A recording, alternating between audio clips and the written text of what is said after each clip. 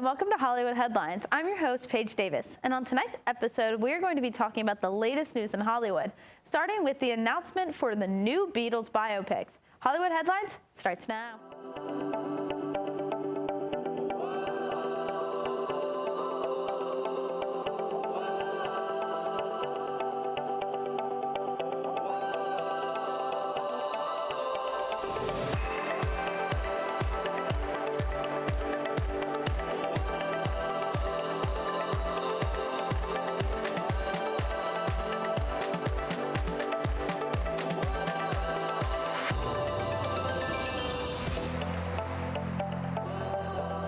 Before we get into the show, I would like to take a moment to thank today's guest, Tyler Gilmer.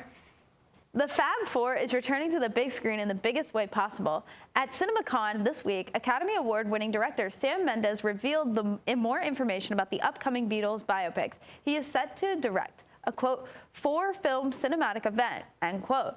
Each film will focus on the life of a different member of the Abbey Road musicians. Mendes headlines by announcing the 4 actors set to portray the iconic British rock band. Barry Keoghan of Saltburn will portray Ringo Starr, Harris Dickinson of Triangle of Sadness will portray John Lennon, and Joseph Quinn and Paul Mescal of Gladiator II will portray George Harrison and Paul McCartney, respectively. The actors appeared at CinemaCon together to promote the films, which will release together in April 2028. Tyler, what do you think of this lineup? I am so excited. 4 of the best young actors working today. I hope that, so my hope is what they do is I hope they don't release them just on one day. Yeah. I hope they release them once a week because that's a smart idea. That would be, and then that entices so more people to go out. I heard that they were going to release them in like series, but like in close proximity to each other, so that would be good. Plus, it'd be good for like box office ratings and stuff like that. If they do that, or like once every 2 weeks, even per chance. Yeah, but if they're making them release it in April of 28, they should release them once a week because there's 4 members of the band. There's 4 weeks in April. So true. Pretty smart. So, and it gives people something to go out to the theater to binge and actually watch. Exactly, it's a bingeable movie series. Yeah, and as everybody knows me, everybody here knows me, I work for AMC, so that would really boost a lot of, like you said, box office sales. And I don't know. I'm here for it. Either way, I'm here for it. Yes, so. Yes. I was going to say, are you planning on watching it then? Oh, 100%. Oh my God, period. In 2028, yes. I was going to say, in about approximately 3 years from now. Yes. I think that I was going to say the cast, I think that's such an interesting choice. Eddie Munson? Eddie Munson is going to be playing as a Beatle. I'm very excited to see how this goes. Barry Keoghan, I was going to say I'm a little bit of a Barry Keoghan hater because of everything with Sabrina Carpenter. So, but I was going to say not taking away from his acting skills or anything like that. I like him. He's a good actor. He was a good Joker. You know what? Yeah, I'll give him that. He's a good actor. I just have a little bit of a grudge on him for personal reasons. It looks like death is back with another design. The iconic horror franchise Final Destination is back with another installment. The 6th movie, titled Final Destination Bloodlines, follows the same plotline as the other movies, where the ever-persistent force of death seeks out those who are temporarily unlucky enough to escape its initial grasp. The movie stars Caitlin Santana Juana, Richard Harmon, and the late Tony Todd as members of the family entangled in death's ruthless design. The franchise seems to be continuing its signature Rube Goldberg machine-like tactics, with a shard of glass and an ice drink, a pointy garden rake underneath a trampoline, and a poorly placed chain next to a ceiling fan. Fans are excited to see the return of the Tony Todds as the messenger of death and the unsettling preventions that come with him. The movie is set to premiere on May 16th. Tyler, have you seen the franchise, and do you plan on watching the new installment? Bree is gonna hurt me, but no, I have not watched any Final Destination movie. No, Bree's gonna hurt me. I have to expand my horror catalog of movies I have watched. That's so sad. I literally binged them like one summer, like 2021, summer 2021. I binged all 5 of them.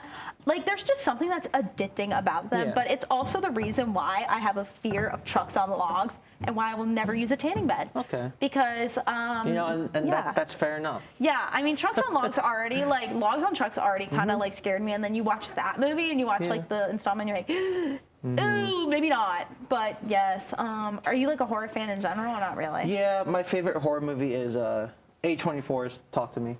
I love that movie so much. Fair enough, fair enough. My favorite is Sinister, so. Okay, I mean, I'll definitely be watching this one just because it's filmed for IMAX. So I'm going to, I probably won't be able to watch in IMAX, but I want to. Wait, why won't you be able to? I thought you got like free tickets at I'm AMC. going on vacation around the time it comes out. So, or I'll be doing things when it comes out. So, that's so sad. I don't know. One of the two. What I'll a watch it, tragedy. though. What Yeah, a tragedy. My such a favorite tragedy. is definitely the third one because that's the one with the roller coaster in it. Yeah. I'm like, I have that one on DVD from my grandfather. oh, gee, shout out your grandfather, Tyler. Oh my gosh. Shout out. Shut up. When we come back from the break, we'll be talking about CinemaCon and the passing of Val Kilmer. Hollywood Headlines will be right back. 2025 and 2026 is going to be an amazing year for film. CinemaCon was held this week at the Caesars Palace in Las Vegas with all the big studios came out swinging. Sony Pictures kicked off things on Sunday with revealing the title for Spider-Man 4, now titled Spider-Man Brand New Day, and gave a look at Beyond the Spider-Verse with a small teaser on Monday. Warner Brothers showed their slate of movies, which included an extended 5-minute look at Superman along with a look from the scene from the upcoming Final Destination Bloodlines. And on Wednesday, the big event of CinemaCon was showing the entirety of the new line action How to Train Your Dragon remakes to attendees. Reactions praised the movie to be visually stunning, fantastic live action remake, and a gorgeous reimagining. CinemaCon gave film fans much to look forward to. Is there anything from CinemaCon that you are excited for, Tyler? Okay, so they did my guy Christopher Nolan dirty. They didn't even have him out there. Tragedy. I understand he's in Italy. They could have flown him out to Las Vegas to at least give an update for the Odyssey. But they just did it intentionally for you, Tyler. Yeah, they exactly. knew you were going to be looking for him, and that's why they didn't fly him out. They knew said, I was going to be looking on the website. Yeah, they said, no, not for you, Tyler Gilmer. But no, the Universal executive said that it's a cinematic event that Homer would be proud of. Other things, I know Disney, literally right before we started filming, they are having their panel at Comic-Con, CinemaCon this year. OMG. So they're probably doing stuff for Avatar, Fire and Ash, Thunderbolts, Fantastic Four, their whole slate this year. I don't know, there's a few Warner Brothers movies I'm looking forward to, Superman. Okay, So, I was going to say, is there one movies. specifically that you're like most anticipating for? For next year, mostly the Odyssey. Okay, Just because it's going to be it's going to be Nolan's next masterpiece. Understandable. I mean, Oppenheimer's his best, but we know how much Tyler Gilmer loves Oppenheimer. I have to throw Oppenheimer in there. Of course. Anything you're looking forward to, Paige? I love the good Final Destination. I love the franchise. I'm very excited about Final Destination's Bloodline. I can't wait to watch it. And this will be the first time I get to actually see it in theaters. So that'll be super exciting. They gave a scene, one of the scenes, I think a kill scene they gave, so. Ooh, shoot. Yeah. This will be good. People said it was good, gory and good, so okay, I'll take it either way. I'm hype. In heartbreaking news for film fans, legendary actor Val Kilmer has passed away, most commonly known for his iconic roles in films such as Top Gun, Batman Forever, and The Doors. Kilmer left an unforgettable mark on Hollywood, with a career spanning decades. His incredible performances and unmistakable screen presence made him a beloved figure in the industry. He first rose to fame in the mid-'80s, establishing himself as a charismatic and talented actor by playing cocky yet charming Iceman in Top Gun, or bringing Jim Morrison to life in The Doors. Kilmer passed away on April 1st, 2025 in Los Angeles at the age of 65 due to complications from pneumonia. His daughter, Mercedes Kilmer, confirmed that he was diagnosed with throat cancer in 2014. He later recovered, continued to work and inspire audiences despite ongoing health challenges. His battle with illnesses never diminished his passion for storytelling, and he's reimagined and resilient a beloved figure in the entertainment industry until his passing. Kilmer's legacy will live on throughout his unforgettable performances, the characters he brought to life. Tyler, were you a fan of any of Kilmer's movies? He was really good in Top Gun. I agree. Seeing him back in Top Gun Maverick, I like that they did that. Yes, because that was he played. awesome. Obviously, the movie came out like 3 years ago, so obviously his part in the movie was kind of him getting Pete to kind of giving him the motivation to train the young obviously aviators and all that in the movie. Yeah, that's such a cool way to bring him back and stuff like that. Do you think that was his most defining performance of his legacy, or do you think? For recent years, yes, obviously, because you know throat cancer, you couldn't really talk a lot. Yeah. So, and then I just saw last night, that he died from pneumonia. So, but I think Iceman is the one that I know him mostly of. I would say That's the Top only Gun's one. probably what I would know him most from, but yeah. I mean, Batman, DC fans obviously know him from Batman. Yeah. So, Yeah. I mean, either way you look at it, all these 40, 50 years or whatever, his film career, it's obviously going to be something that's not going to be in the film industry anymore, and it's going to be missed by everybody. It's going to be so sad. I agree. I think he's very iconic in the film industry, and it's a very like sad loss and stuff like that for film fans alike. R.I.P. Val. Iceman's flying high. He is. Fly high, Iceman. Fly high, Iceman. When we come back from the break, we will be talking about the live-action Snow White. Hollywood Headlines will be right back.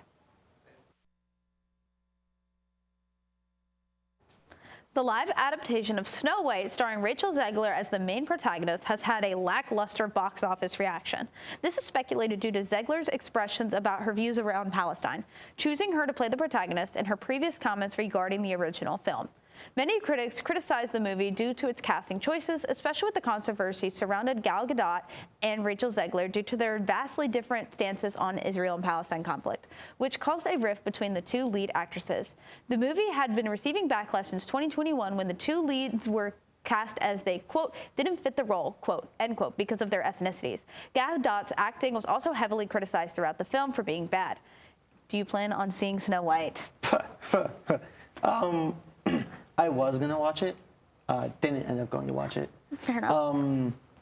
So yeah, no. A lot of the stuff, obviously, it flopping is because of, obviously, all of Rachel Zegler's past on social media. She is a PR nightmare. Oh, geez. Disney should never have hired her. She's good either, like, beyond Snow White. She's, like, fine as an actress. Yeah. But, no. Once I heard all that happen, I was like, yeah, that tracks about right. That tracks. I was gonna say, I feel like a lot of times you got to keep that stuff like separate. Like you can feel one way that you do, but sometimes, especially if you're in that sort of thing and you know that like this movie might depend on that sort of thing, then maybe you should like. It's like not always we should be expressing this stuff. Yes, it's good to feel the way you do, but sometimes it's like for PR purposes and stuff. I saw somewhere they had to hire somebody to like actually go in and like go to Rachel Zegler and be like, hey, all that stuff you posted. No, it was like a kind of like a PR cleanup person. Oh my gosh! So they actually had to go in and like the person had to teach her like what good like courtesy on social media is about. That's crazy. And then in like a couple interviews, when Rachel Zegler's being interviewed, Gal Gadot would be like looking down at her, but then when Gal Gadot would be talking, Rachel Zegler would just be like looking forward and like looking at the camera and not looking at her or smiling. So I don't know. It's just giving no social cues. Exactly. Yeah. Like smile at your smile at your co-star. Like when she's talking, just like go like, yeah. Yeah, even if you don't like her, you just gotta thug it out for the cameras and stuff like that. Thug it out for the ratings. Thug it out, truly.